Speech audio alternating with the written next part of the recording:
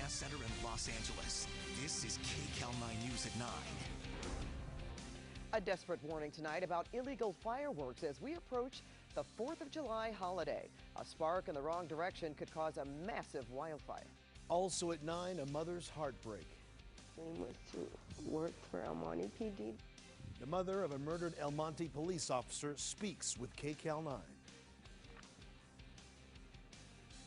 And take a good look at this man's photo. He's charged with torturing a woman inside his home. And investigators now believe there may be more victims. Also ahead, LA hoping to score big points with soccer fans. The city wins a bid to host the World Cup in 2026.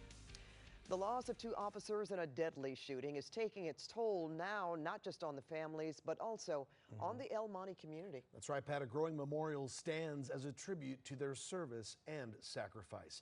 Kcal 9's Lauren Posen live in El Monte tonight with the impact of this tragedy. Lauren?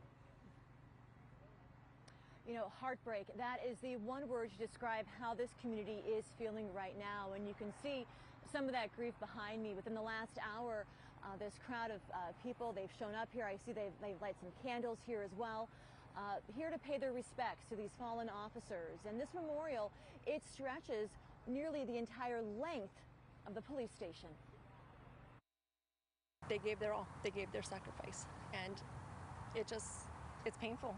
Kimberly Granados is one of the hundreds of people who have come to the El Monte police station in the last couple of days to mourn the deaths of officers Corporal Michael Paredes and Officer Joseph Santana, who were killed in a gunfight Tuesday. Granados' late husband worked for the CHP. These guys have a hard job. They come out here, they risk their lives.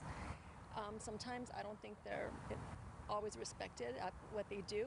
The entire community of El Monte is still processing this deep loss over the men who lost their lives protecting their hometown. The city canceled 2 of its events, the farmers market and dine-in movie night. Jose Aguilera owns Big Boy's Barber Shop. It's down the street from the police station. Sad to see all those flowers, people walking there, like all the community. You can see the community there. He says everyone who sits in his chair talks about the fallen officers. Everybody feels sad for what happened. They just can't believe what happened.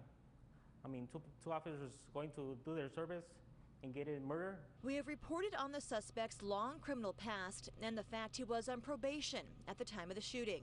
While the case is still under investigation, mourners say they will remember the officers as heroes. I felt bad because I believe that these police officers, you know, they just want to wake up and do their job, you know, and come home to their families.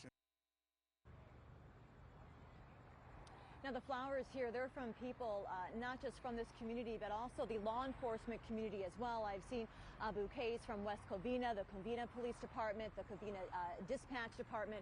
So everyone here wanting to pay their respects to these officers. Now, on Saturday, there will be a community vigil right here outside the police station at 7 o'clock. I'm told everyone is welcome to come and pay their respects.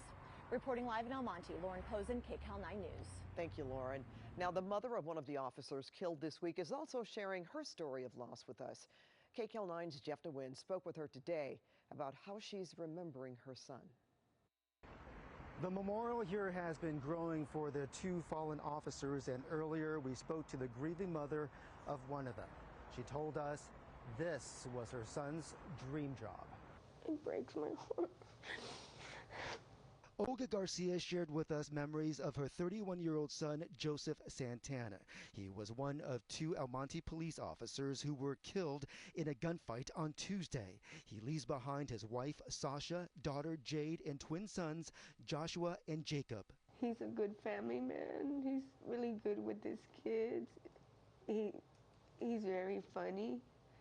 He would always crack jokes. Santana had worked for his hometown of El Monte as a public works employee for 6 years before starting his law enforcement career as a